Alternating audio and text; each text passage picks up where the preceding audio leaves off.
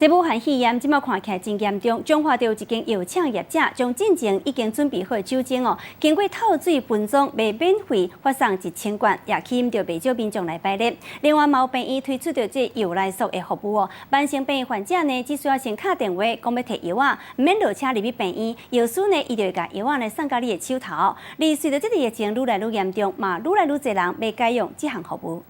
恁几点来排？哇，早，来点无啊？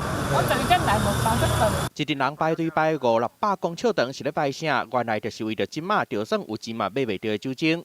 今天准备多少号码牌1000个。药厂的人分号码牌，彰化店中一间药厂，甲进前准备好用来做药啊，甲内部的员工消毒的酒精，套好卡玻璃，底做一罐，拢总1000罐，互来排队的人免费去领，一人一罐。谢谢你们好，大家平安。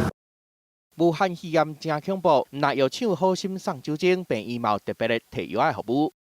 我要预约拿慢性处方签的用药。打电话去病院提供基本资料，病院就会把需要的药啊准备好。我已经有预约啊，麻烦你帮我处理一下。